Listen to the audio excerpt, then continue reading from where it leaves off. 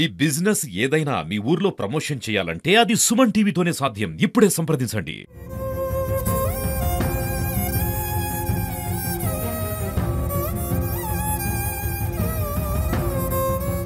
ప్రస్తుతం అయితే మనం నల్లగొండ జిల్లా గట్టుపల్లి మండలం వెల్మకన్య గ్రామంలో ఉన్నాం. వెల్మకన్య గ్రామంలో ఒల్లపు మల్లేష్ అనే వ్యక్తి అనుమానాస్పదంగా మృతి చెందడం జరిగింది. మనం ప్రస్తుతం అయితే వారి ఇంటి దగ్గర ఉన్నాం. మరి ఎట్లా జరిగింది, ఏం జరిగింది, వాళ్ళైతే వాళ్ళ కోడలు హత్య చేసిందని ఆరోపణలు అయితే వినిపిస్తున్నాయి మనకు. వారిని అడిగి తెలుసుకుందాం. ప్రస్తుతం మనం ఒల్లపు మల్లేష్ ఇంటి దగ్గర ఉన్నాం. వాళ్ళ నాన్న, వాళ్ళ తమ్ముడు, వాళ్ళ కుటుంబ సభ్యులు మనతో పాటే ఉన్నారు. చూసుకున్నట్లయితే ఇదే ఒల్లపు మల్లేష్ ఇల్లు. ఒల్లపు మల్లేషు ఉపాధి పని ఏం చేస్తాడంటే ట్రాక్టర్ నడుపుకుంటూ జీవనం వెళ్ళసాగిస్తాడు. కానీ అతను 7 గంటల ప్రాంతంలో గట్టుపల్లి పోవడం జరిగింది. గట్టుపల్లికి పోయి 10-10:30 ప్రాంతంలో ఇంటికి రావడం జరిగింది. ఇంటికి వచ్చిన తర్వాత మరి అక్కడనే వాళ్ళు అనుకోని అక్కడనే చంపేసిరా, లేకపోతే ఇంటికి వచ్చిన తర్వాత ఇంట్లో జరిగింది అనేది మనకు తెలియవలసి ఉంది. మనం చూసుకున్నట్లయితే ఒల్లపు మల్లేష్ ఊర్లో మంచి పేరు ఉంది. అతను మరి ఏం కక్షలతోటి చంపడం జరిగిందో ఈ వరకైతే ఇంకా తెలియాల్సింది. వాళ్ళ నాన్న మనతో పాటే ఉన్నాడు. వాళ్ళ నాన్నని అడిగి తెలుసుకుందాం. నమస్తేనే. మరి ఎట్లా జరిగింది, ఎవరు చంపారు అనుకుంటారు? మాకు ఏది తెలవలే. నేను రాత్రి 1:30కు మా ఇంటికి వచ్చింది కోడలు. ఇక వాళ్ళు రాత్రి ఏమనుకుర్రు, ఎట్లా చేసిర్రో చంపి మంచం మీద పండబెట్టిర్రు. పండబెట్టి నా దగ్గర మామయ్య నా బావ సపోర్ట్ చేస్తలేడని వచ్చింది. నేను లేచి వచ్చి మల్లేశ అని ఊపితే ఏది లేదు. వెంటనే ఆర్ఎంపీ డాక్టర్ని పిలిచినాం. ఏం లేదు చంద్రయ్య అని అన్నారు. అని అన్నాక మళ్ళీ అంబులెన్స్కి ఫోన్ చేసినాం. అంబులెన్స్కి చేస్తే వాళ్ళు వచ్చిర్రు. వెంటనే వచ్చి వాళ్ళు చూసిర్రు. ఒకటి శవాన్ని తీసుకుపోతాం. కానీ ఇప్పుడు మీ కోడలని ఆరోపణలు చేస్తున్నారు. కోడలు ఏముందా, ఇంకెవరన్నా? మేము మాకు ఒక్కదాంతో కాదు, ఆమె దాంట్లకు 2 ముగ్గురు అది మాకు బయటికి రావాలి. మాకు ఫుల్పామ్గా తెలవాలి. అది తెలిసిన తర్వాతనే అంత్యక్రియలు చేస్తాం. ఇక ఉంచుకోలే మనం. కానీ అందుకని రాత్రి సంధి ఇప్పటిదాకా ఆపింది. అది ఆపితే వాళ్ళని అడిగితే వాళ్ళ పేరేందో చెప్పమంటే చెప్తలేరు. మాకు అట్టనే ఉండరు. మేము దాన్ని తీసేసుకోర్రి, మేము ఇంకా వాళ్ళ దాంట్లోకి ఎంతమందిరో మేము తీసుకుంటాం, వాళ్ళని మీరేమి అభ్యంతర పడకూరి అని. ఒకటైతే ఉన్నారు. ఇప్పుడు లేడీస్ అయితే ఎవరు ఒకదారి అయితే హ్యాండిల్ కాదు, చేయలేరు. అది ఇంపాసిబుల్ గిట్ట. హ్యాండ్ ఉంటేనే చేయగలరు. దాని గురించి తెలియాల్సి ఉంది మాకు. అంటే ఎవరు అనుకుంటారు మీరు? మేము అనుకోలే. ఇంకా మీ నాన్న చెప్తుండు కస్టడీలకు తీసుకున్నాం అన్నారు, కానీ పేరు కానీ ఏది కానీ ఇంకా ఇన్ఫార్మ్ చేయలేదు, మాకు చెప్పలేదు.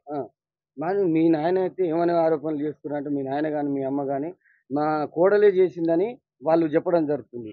అయితే మీకు ఎలాంటి వాళ్ళని అదుపులోకి తీసుకున్నట్టు కానీ వాళ్ళని కస్టడీకి తీసుకున్నట్టు కానీ పోలీసు వాళ్ళు ఏమన్నా చెప్పారా? నిన్న ఒక ఆయన తీసుకురని చెప్పారు. పేరైతే చెప్పలేదు. పేరు చెప్పలేదు. ఎక్కడ ఊరంట? నల్గొండలో.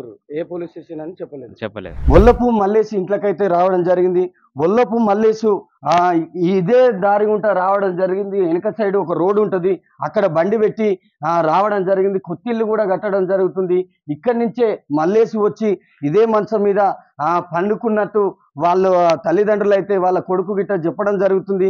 మరి ఇంట్లో ఏం జరిగింది అనేది మనకైతే ఎలాంటి విషయం అయితే తెలియదు. వాళ్ళ తల్లిదండ్రులకు కూడా 11:30-12 గంటల ప్రాంతంలో నా కొడుకుని హత్య చేసిర్రు అని వాళ్ళు ఆరోపణలు వినిపిస్తున్నారు. మరి ఇక్కడ చూసుకున్నట్లయితే ఇదే దారి గుంట మరి వెనుక కొత్తిల్లు కూడా కట్టడం జరుగుతుంది. మల్లేషు మనం చూసుకున్నాం 10:30 ప్రాంతంలో 11 గంటల ప్రాంతంలో ఇదే రూటు గుంట రావడం జరిగింది మల్లేషు. మనం చూసుకున్నాం బైక్ కూడా ఇంటి వెనకాలనే పెట్టడం జరిగిందని వాళ్ళు చెప్తున్నారు. మనం ఒకసారి చూసుకున్నాం, ఆ బైకు మీద బ్లడ్ కూడా ఉందని, రక్తం మరకలు కూడా ఉన్నాయని వాళ్ళ కొడుకు నిన్న మన తోటి సుమన్ టీవీ తోటి చెప్పడం జరిగింది. ఇదే దారి గుంట మల్లేష్ రావడం జరిగింది. ఇక్కడనే ఒల్లపు మల్లేష్ బైక్ అయితే ఉంది. ఈ బైకు ముందు నుంచి తీసుకొని వచ్చేది నా కొడుకు, వెనక నుంచి రాకపోయేది అని వాళ్ళ తల్లి కూడా చెప్పడం జరుగుతుంది. మనం చూసుకున్నాం నిన్న విజువల్లో ఆ పిల్లగాడు చెప్పినట్టు, వాళ్ళ కొడుకు చెప్పినట్టు వాళ్ళ తల్లి కూడా చూపెడుతుంది. ఇక్కడ బ్లడ్ మరకలు అయితే కనిపిస్తున్నాయి. మనం చూసుకున్నట్లయితే మరి ఈ బ్లడ్ ఎక్కడికి వెళ్ళి వచ్చింది, ఎట్లా వచ్చింది, బయటనే కొట్టారా లేకపోతే ఇంట్లోకి వచ్చిన తర్వాత కొట్టారా? ఈ బయట కొడితే ఈ బ్లడ్ అయితే పడుతుంది, కానీ ఇంట్లో కొడితే బ్లడ్ పడదు. మళ్ళా ఇంట్లో కొట్టిన తర్వాత బైక్ మీదకి అయితే నా కొడుకు రాడు, బయట కొట్టి ఇంటికి తీసుకొచ్చిన తర్వాత హత్య చేయడం జరిగిందని వాళ్ళు చెప్తున్నారు. మనతో పాటు మల్లేషు ఇద్దరు పిల్లలు, ఒక పెద్ద బాబు, చిన్న బాబు కూడా మనతో పాటు ఉన్నారు. వాళ్ళని అడిగి తెలుసుకున్నాం, ఏమన్నా చెప్తారా, మరి మీ నాన్న ఎట్లా చనిపోయిండని అడిగి తెలుసుకున్నాం. చిన్న నువ్వు లేవా? అయితే పెద్ద బాబు అయితే లేడంట, వాళ్ళ అమ్మమ్మ వాళ్ళ ఇంటికి ఎలుగపల్లి అనే గ్రామానికి వెళ్ళడం జరిగింది. చిన్న బాబుండు మనతో పాటు విజువల్లో కూడా చూసుకున్నట్లయితే నిన్న సమాచారం కూడా ఇచ్చాడు మన తాన, ఆ విజువల్స్ ఉన్నాయి. ఒక్కసారి ఆ బాబుని అడిగి తెలుసుకున్నాం. ఎట్లా జరిగింది నాన్న, ఏమన్నా తెలుసా నీకు? ఎట్లా, ఎన్ని గంటలకు చనిపోయిండు? 4 గంటలకి. 4 గంటలకు చనిపోయినాడు. మీ అమ్మ ఏమన్నది మీతోటి, ఏం చెప్పింది? ఏం చెప్పలేదా? దెబ్బ ఎక్కడ తగిలింది మీ డాడీకి? ఆయన కింద కట్టుకుంటాడు తలకాయ. చూడలేదు నువ్వు? నిన్న చెప్పినావుగా నిన్న చెప్పినావుగా మాతోటి, ఇట్లా ఎవరో చెప్పుల సప్పుడు వినబడ్డది అని చెప్పినావు కదా. చూసినావా వాళ్ళని ఎవరు అనేది? చూడలేదా? చెప్పలే. పొద్దుగాల బండి మీద పోయిండు, 10 దాకా టాక్టర్ తోలుకొచ్చిండు, అది పెట్టిండు. బాత్రూమ్ సామాను పెన్నాన్ని తీసుకుపోయి తెప్పించుకుండు. ఆడ లీటర్ ఉంది అంతా ఆడ పెట్టుకుండు. 7 దాకా ఇన్నే ఉండు. ఎవరో ఫోన్ చేస్తురంటే పోయిండట. ఎవరు చేసిరమ్మంటే ఎవరో చేసిర్రు పోయిండు అన్నది. అంతే ఇక. మరి ఎట్లా చచ్చిపోయిందంటే నీళ్ళు ఇచ్చిరానన్నది. నీళ్ళు లేదని ఆ వరకే నేను వచ్చే వరకు సరికట్ అయ్యిండు, చచ్చిపోయిండు. నేను గల్ల ఉంటా సారు ఒక్కటికి వచ్చే నాదరికి వచ్చింది. మావయ్య అత్తమ్మ అన్నది.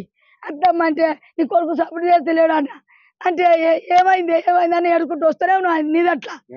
అప్పటికే మళ్ళీ అని చేతులు ఊపినా కానీ అప్పటికే ఎప్పుడో పానం పోయింది. అక్కడనే కొట్టి. ఎంత టైం అవుతుంది? 1:30 అయింది. 1:30. మీరు ఎన్ని గంటల ప్రాంతంలో ఈ పని జరిగింది అని అనుకుంటారు? 12-11:30 మధ్యలో జరిగింది. హెల్మకన్య మాజీ ఎంపీటీసీ చాపల మారయ్య గారు కూడా మనతో పాటు ఉన్నారు. అడిగి తెలుసుకున్నాం మరి ఎట్లా జరిగింది, మరి ఊర్లో ఏమనుకుంటారు. ఊరు పెద్ద మనిషి కాబట్టి, ఎంపీటీసీ కాబట్టి ఒక బాధ్యతగా ఉంటాడు కాబట్టి మరి అతన్ని అడిగి తెలుసుకుందాం. నమస్తే అన్న. నమస్తే. మరి ఎట్లా జరిగింది అనుకుంటారు? మాకు నిన్న ఉదయం చనిపోయిందని తెలిసింది. చనిపోయిందని తెలవగానే మేము ఇక్కడ ఇంటికి వచ్చినాం. ఇంటికి వచ్చి ఇక ఆ మంచం మీద వండబెట్టిన డెడ్ బాడీ. ఇక మాకు జర చీకటి ఉంటే మన సెల్ బ్యాటరీ వేసుకొని చూసుకుంటూ అదంతా చూసినాం. ఆయన మూతి బాగా వాపు, ఇదంతా కవిలిపోయింది, ముక్కు కవిలిపోయింది. ఏంది మూతి కవిలిపోయింది, ముక్కు కవిలిపోయింది అని అంటే ఇక ఆమె దానికి ఏం సమాధానం చెప్పలే. వచ్చినప్పుడు బాగానే ఉన్నాయా, ఇటాటు కొట్టుకొని కవిలిపోయింది అన్నట్టుగా చెప్పింది. మాకు అనుమానం వచ్చి అట్లా కూడా అవతలికి వెళ్తే బండి బాగా రోడ్డు మీద ఉంది. మేము ఆడికి వెళ్ళి మళ్ళీ వచ్చాక ఏఎస్ఐ గారు, గట్టుపల్లి ఏఎస్ఐ గారు కూడా వచ్చిండు. ఏఎస్ఐ గారు కూడా వచ్చినాక మేము కూర్చొని ఒక కంప్లైంట్ దరఖాస్తు రాసి చేయాలి కదా మనం. మేము దరఖాస్తు రాస్తున్నాం. దరఖాస్తు రాస్తుంటే ఆమె తల్లిని పిలిచినాం. ఆ పిల్లగాని తల్లిని, చచ్చిపోయిన పిల్లగాని తల్లిని, తండ్రిని, భార్యని, ఆ చిన్న కొడుకుని కూడా పిలిచినాం. పిలిచి ఆమె కూర్చొని రాస్తుంటే ఆమెని అడిగినాం.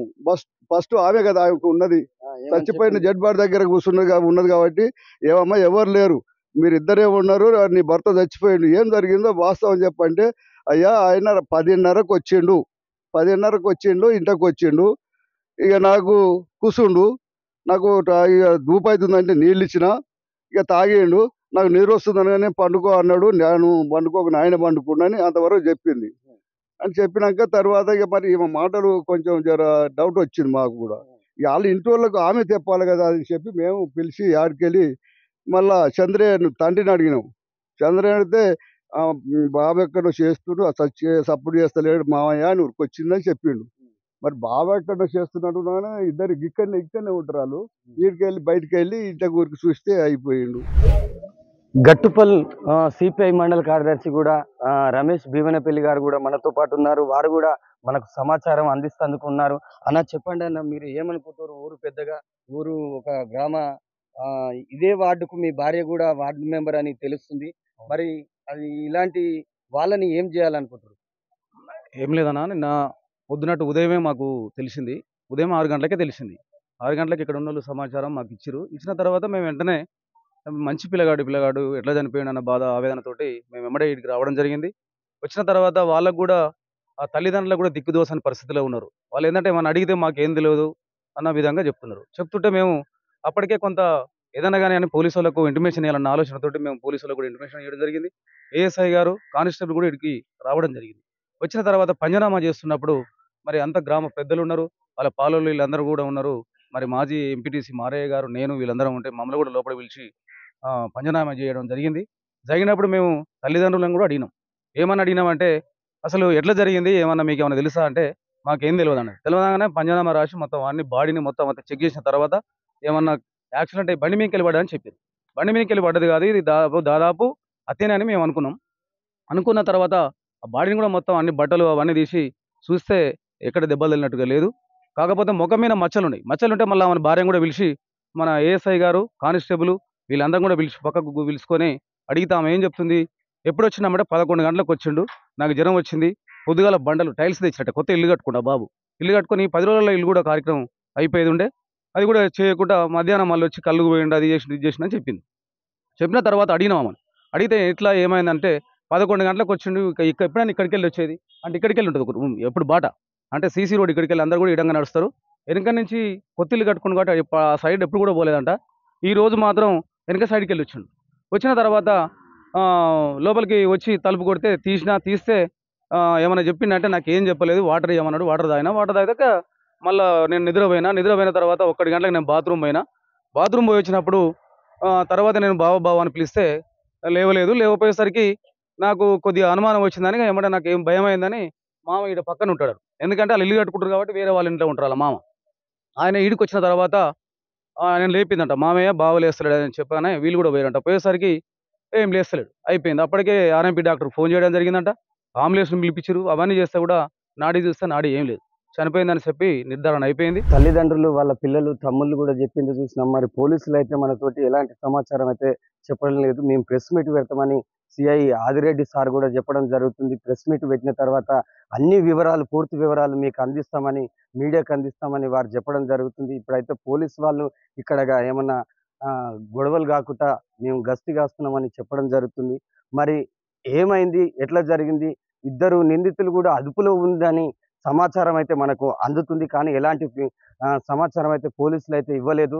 మనం చూడాలి మరి ఏం జరుగుతుంది అనేది, ఎవరు చంపింది, ఎట్లా చనిపోయింది అనేది కూడా మనకు తెలియవలసి ఉంది. కెమెరామన్ రవిశంకర్తో మహేష్ ఎల్మకని.